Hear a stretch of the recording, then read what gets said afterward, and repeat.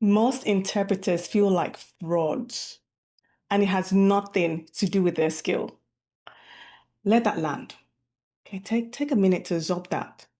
Because if you're in training right now, or you've just qualified, or you're a few years in, and you still go home after every assignment, replaying every single thing that went wrong, then this series is for you.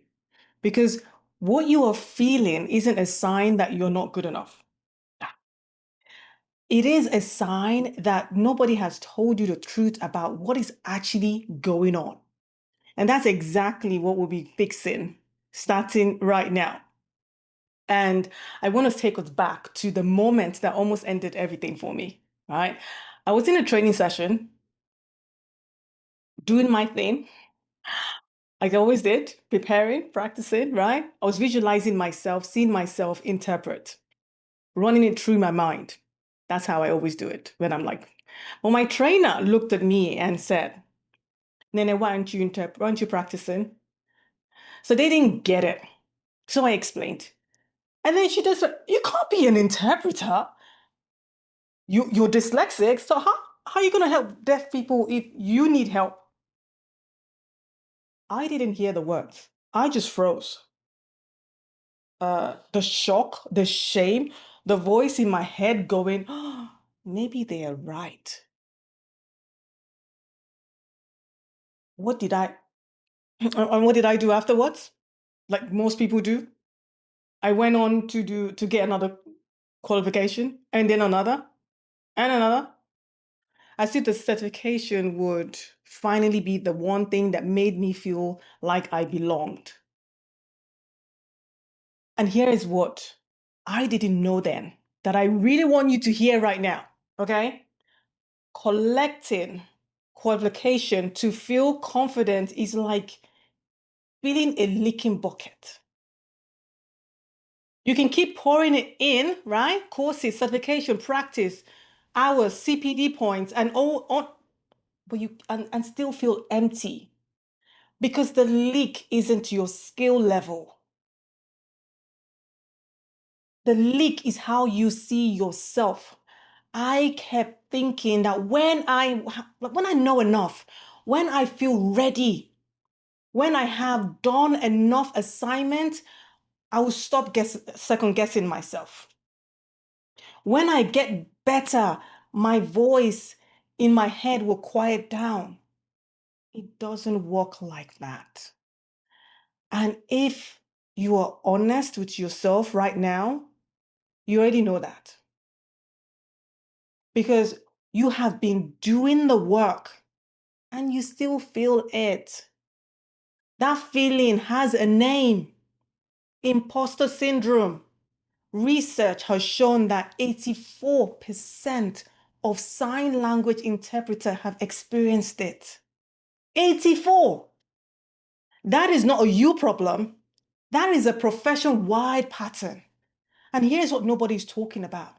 Why it hits interpreters so hard, and most importantly, what to actually fix it. Let's talk about that. Because it is never about the skill gap. It is always about the identity gap. Let me explain what I mean by that. Your nervous system doesn't respond to CV, doesn't respond to what level you're at. It doesn't even care how many qualifications you have on the wall in your it doesn't respond to what it responds to is how you see yourself, your identity, who you believe you are. At the deepest level, who do you believe you are? So when you walk into an assignment and someone looks at you a certain way or questions something you have signed or said, your nervous system reads it like a threat. Oh gosh, whoa, pull away, danger. Not because you're incompetent, but because somewhere inside there is still a part of you that believes that story that you were told, that you're not quite enough. And that creates the freeze. It creates that inner chatter. It creates a second guessing in mid flow. The replay, everything that on the way drive home, like whatever. It is not your sign in, is not your voiceover, it is not your preparation. It is the gap between your actual ability and your identity, how you see yourself. And until that gap closes, no amount of practice will fix that feeling. For me, the shift came from the most unexpected place. Michael Jackson, right? He came to London at the time. He had a show called This Is It, and he was being interviewed by one of the major news outlet here in London. And the man, arguably the greatest performer of who has ever lived, and the way he spoke about his craft, the commitment, the decision, this is it, this is my last show I'm gonna do. And look, before this, when they told me that I couldn't be an interpreter, my husband had like sat me down because I was so miserable. I was struggling. I was like in my mind. I was watching the me down myself. And and I'm then collecting all this qualification, by the way, and still feeling not ready. He sat me down and said, look, mate, you are affecting the rest of us with your energy and how you are like just down on yourself. Like if you ever need a permission, not that you need like quit and we'll figure a way. Go do something that will give you joy, you would enjoy. Then you being so miserable is now having knock-on effect on the rest of us in this house. So permission to quit if you need one. And so this conversation happened before the Michael Jackson interview. And when seeing Michael Jackson being on TV, being interviewed, and he said, this is it, this is my show, something landed, something clicked for me. Because that moment I realized that I wasn't going to quit. Not because someone told me I could do it or whatever, but because I decided I wanted to be it. I wanted to be an interpreter, and that's the decision. The identity shift changed everything. I wanted it, so I stopped trying to end my place. And I started showing up as someone who already belonged there.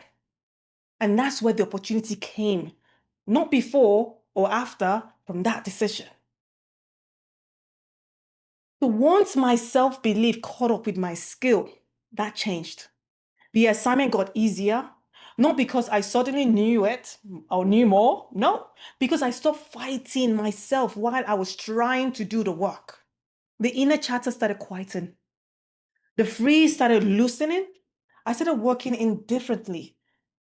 And now, 20 years of working as a British Sign Language interpreter, and now coaching other interpreters going through the exact thing I went through, I can tell you this with everything I have. The interpreters who struggle the most are not the least skilled. They are the ones whose identity hasn't caught up with their abilities yet. And that is fixable. And that's exactly what this series is about. So if this resonates, if you've heard something today that made you think, yes, that's exactly what's going on for me, I want you to do two things from today's video. First of all, hit that subscribe button and go straight to episode 2, because we are then going to be going deeper into the question I get asked more than others. So why do I freeze mid assignments when I know exactly what I'm doing? Because the answer changes how you show up on your very next assignment. And then the second thing you can do, I am building something specifically for interpreters and translators in the first few years, like a coaching program designed to close that gap for good. The waiting list is now open. The link will be in the description. And if you are done with the hard work, you've done the hard work to qualify it. Now let's make sure your identity knows that too. I'll see you in episode 2. Remember that your voice matters and it's your time to use it. Bye for now.